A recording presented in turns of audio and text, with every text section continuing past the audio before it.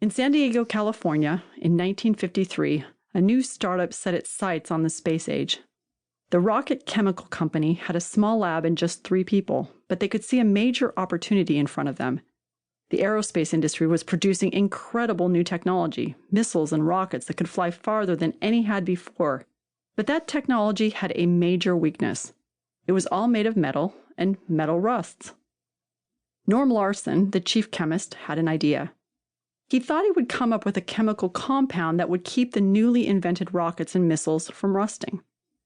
The secret would be to find a substance that would simply displace the water, stop water from clinging to the metal surfaces of the rockets so that it would roll harmlessly away like water off a duck's back. In his one-room lab, Norm and his 2 co-founders tried again and again to find a compound that would work. They tried 10 times, they tried 20 times, they tried 30 times. Finally, on the 40th try, Larsen and his team found a successful formula.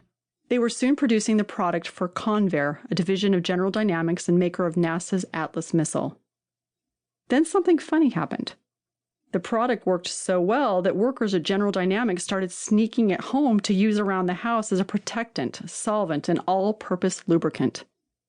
By 1955, Larsen realized he might have a market for his compound that was broader than the aerospace and defense industry. He went back to the lab and started a new set of experiments aimed at finding a way to put his special formula into an aerosol can.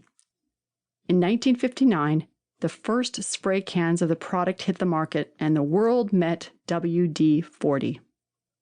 The product's name comes from water displacement, 40th attempt. Not a lot of fanfare or marketing spin behind that one, but 40 years later, WD-40 had over 80% market share in the multi-purpose lubrication market. Today, it's practically synonymous with that market, and that yellow and blue can is found in 75% of American households. While companies like 3M and Valvoline have tried to unseat WD-40, none has been able to. By one estimate, it has staved off competition from more than 200 rival products, including more than a dozen produced by billion-dollar firms. How does a company stay at the top of its game for over 60 years, making and selling a single product whose formula has only been tweaked once?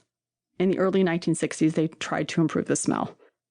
How can a company be successful when its product strategy flies in the face of everything the business establishment normally preaches, like segment your market and diversify?